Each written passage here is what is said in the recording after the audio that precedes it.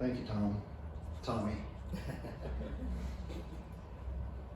Yeah, it was. Let me just say, again, publicly, I'm so pleased you're here. Dad thought the world of you, and as we were talking, kind of for his funeral, he didn't have too many requests, but one of them was that you were here and that you led the service, and I'm so thankful that you were able to be here. So thank you. There's so many things I could say about my dad. There's so many ways to describe him. He loved to fish. He loved to hunt. He loved to shoot. He loved to gamble. He loved playing the guitar. Even towards the end of his life, he even got into some amateur gardening. He loved to eat. Oh Lord, he loved to eat. And I bet you I could just open it up and you guys could name his favorite food. He loved his double cheeseburgers, loved his fried chicken, and favorite of all, he loved those crab legs. Yes, he did. Always did. My dad had an insatiable desire to learn. He was constantly wanting to learn new things, to teach himself new things. He taught himself how to play the guitar, how to play the clarinet, how to play the piano. One of the things that, and we disagreed about this a lot, he'd always say, I'm not very bright, but I'm persistent. He said, when I put my mind to it, he said, I can push through and I can do almost anything. And I never agreed with the not very bright part of it, but boy, he was persistent on that too. That's how he felt. So his kind of insatiable curiosity, he wanted to know, like when he took on something new, he was all or nothing. When he took on something new, he wanted to know everything about it. And I remember this one time we were talking about he got a new phone and the computer and whatever it was. He wanted to know how everything worked. And one time we were having this discussion, and because I was his main technical support for many years, and he'd say, okay, well, I understand that I can use my phone to translate, like the Chinese language. So can you tell me how to do that? And I said, Dad, and this is probably after I've been on the phone with him for an hour, right? I was like, Dad, when are you ever going to do that? And he said, well, probably never. I said, then why do you need me to teach it? Just because I just want to know. And that was him. He just wanted to know everything. And it was fascinating. And he did woodworking. Probably many of you know about that. He would make furniture. He made games. He made us chess sets. The one thing about his woodworking is everything he did was a little giant sized. He could never make anything like a normal size. Everything had to be exceptionally large. So I have a chess set, and I treasure it, but it is unplayable.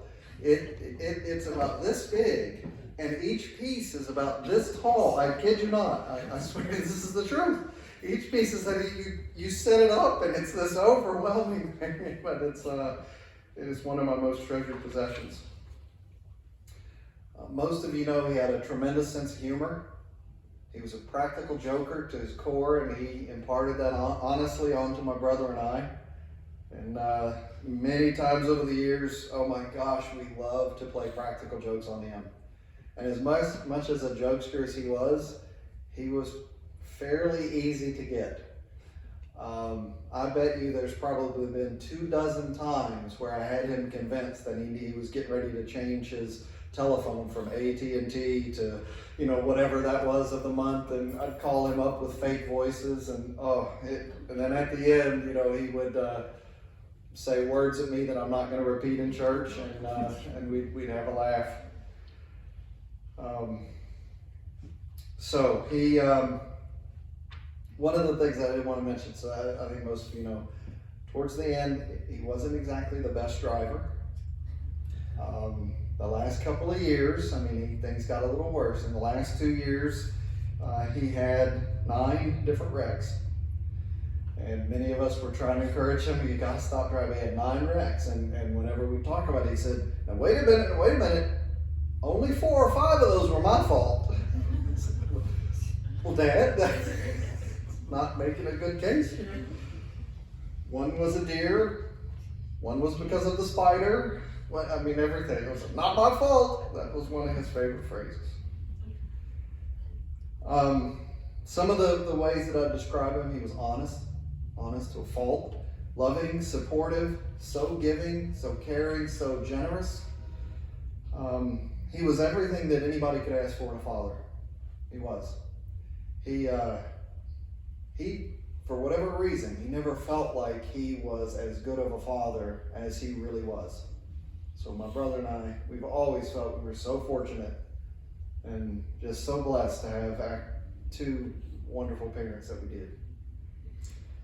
One of the things about him, no bad feelings were unresolved. And you know, that honest to a fault, if there was an issue, he wanted it discussed, he wanted it talked about.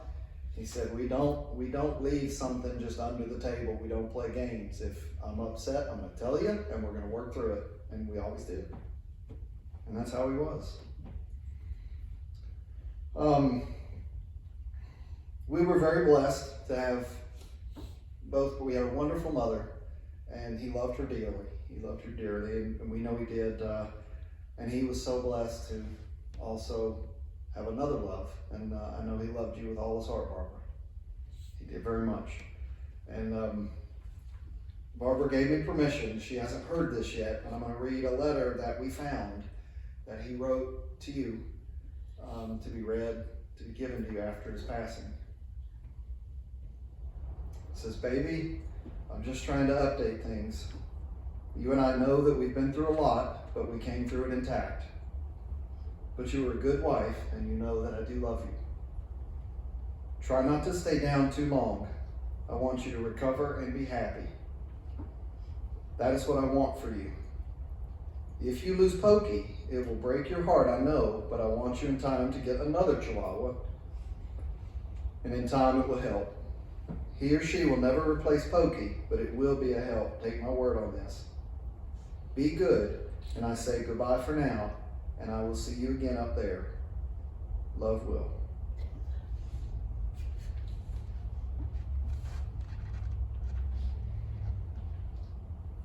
One of the last things I want to share before I close is Dad always had, when we were kids, Dave and I were kids, he always had this phrase that he would walk us through. And it was whenever we had an issue or we had gotten upset or something was wrong, and he would recite this to us. We'd have to say it together. And I remember countless times sitting on the bed and it went like this.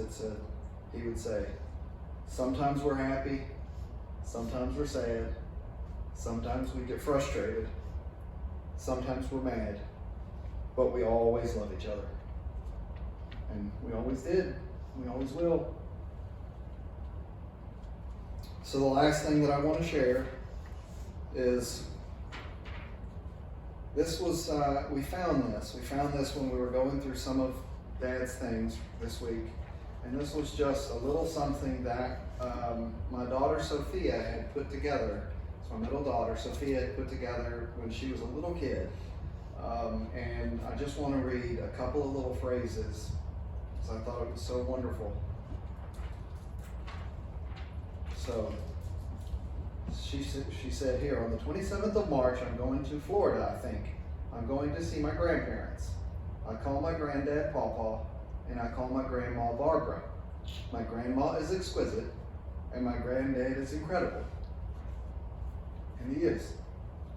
And he was, and always will be. David?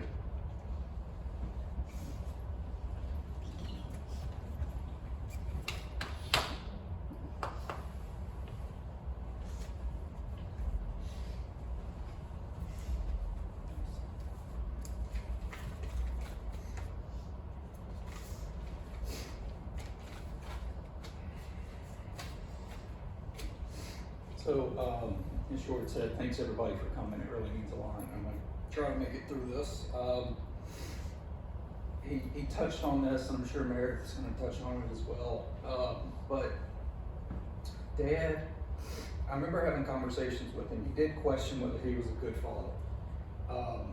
I remember one time particularly, I think I got a little frustrated with him because I said, you know, honestly, your opinion doesn't matter. You don't get to tell us whether you're a good father. That's for us to say. And he was honestly the best father I could have asked for. And so I wanted to, I was trying to think about whether I had something to contribute today, something to talk about and everything. And so I kind of put together these lessons from Dad, things I learned from him. But these aren't things that he taught me, like sat me down and said, here's a lesson in life. These are things that I learned by watching him. And so they're kind of related, and they're going to touch on some of the things that George talked about. I'm sure Meredith will talk about as well. But for me, they kind of fit together like a puzzle. And it's almost a template for how to live your life. And so, and I said this to Emma, and I said this to, I remember about a year and a half ago, I was visiting for Christmas, and I remember Dad was there, and I think I told all of George and Meredith's children, my nieces, I said, you're not going to meet somebody as unique as your grandfather. I've traveled for the last 4.5 years of my life, and I still have not met somebody that was as authentically a person as he was. He was just so unique, and he had this personality, and it was 100% him all the time. He didn't conform. He didn't apologize for who he was just him. And so it's kind of like the first lesson is be you authentically and unapologetically. As we talked about, Dad was a writer. He was a storyteller. He used to tell us, stories about Slim Jim the acrobat and all these elaborate stories that he made up, and then he wrote them down later for his grandchildren. He was a poet. He was a musician, and he did all this later in his life. He would take a break from some of these things. I remember he'd take a break from playing the guitar for a couple months, but he would always come back to it. He'd come back to the clarinet. He'd come back to the piano. And in a way, he left us his spirit through his art.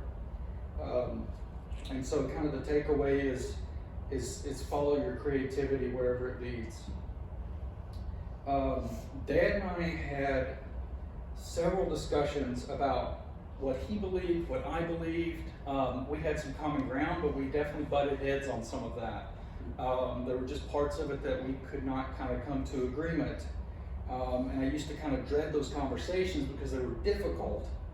But one thing I can say is that what he believed it all the way. And kind of the thing that I think about and I'm remembering most is just how adamant he was about what he believed. And my takeaway or kind of the lesson that I pull from that is it's not as important about what you believe, it's more important about how much you believe it. As George mentioned, Dad got to remarry in his life, and I was lucky enough through kind of a series of coincidences to be able to attend his and Barbara's wedding.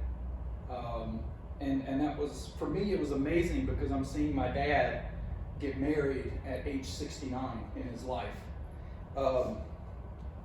As I mentioned, he'd write, he would sing, he'd play music, I knew all these things that he did later in his life.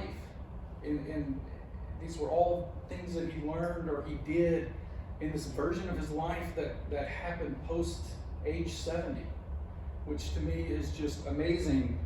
And it teaches me that it's never too late. As George talked about, he loved to play games. He loved to play cards specifically. He loved his seafood. He loved, everything to eat as long as it had enough sugar and salt on it. That was just his thing. He loved to tell stories and joke around with people and just have a good time and laugh. And so kind of what I learned from that is if you love it, if you love something, then do it. And the final thing, I remember when he was down in Florida, and George and I were talking about how to get him to Kentucky. That was a big thing. because we wanted to get him back home. We wanted to get Barbara home and everything. And so we ended up having to drive him ourselves. And so he had to be healthy enough to do it. And all in all, it was a fantastic trip. Like, he was in kind of the peak health that you could have asked for that trip, because we were running all kinds of nightmare scenarios in our head about kind of how his health was going to be, and mentally he was going to be able to understand what was happening and everything. And I remember, it was a good 12 hours on that day, maybe longer, 14 hours, something, driving from Tampa all the way to Kentucky. And I remember we were getting close, and it was dark, and George was driving, and Dad was in the seat, kind of passed out. He had just had too much that day, and I was in the back seat. And I remember it's probably about 45 minutes left before Madisonville, and I just had this push and pull inside. Like, part of me was like, we need to get him there. This is the next stage. He needs to get home and everything. And the other part was like, I don't want this trip to end. Like, I just wanted to keep going. And the thing I kind of think about when I think about that is I look at the way that my dad viewed death. He was very open about it. He talked about it. I remember ever since I was a little kid, and George remembers as well, he had his death folder, which might sound a little morbid, but he talked about it so much. It was just a normal part of life, and he would go through this regularly with us about, like, the steps to take when he passes and all this stuff. And it was just, one of these things. And we went through it, recently, of course. He even joked about it. I remember he was at, I hear the story when his brother Cyril passed, a couple years ago. He's there with his sister Jeannie, and they're the last two of the four siblings. And he kind of turns to Jeannie during this funeral, and he says, "You're next." And Jeannie is the one that reminded me of that, and that's just kind of the way he was. If he feared it, he never showed it. And I know that he never wanted to cling to extra moments. When he was ready, he was ready. And he always said that. And, I think back on the trip of driving in here, and, the end is going to come. There's nothing you can do about it. And I feel like the last lesson that Dad gave me was, don't be afraid of the end. Thank you.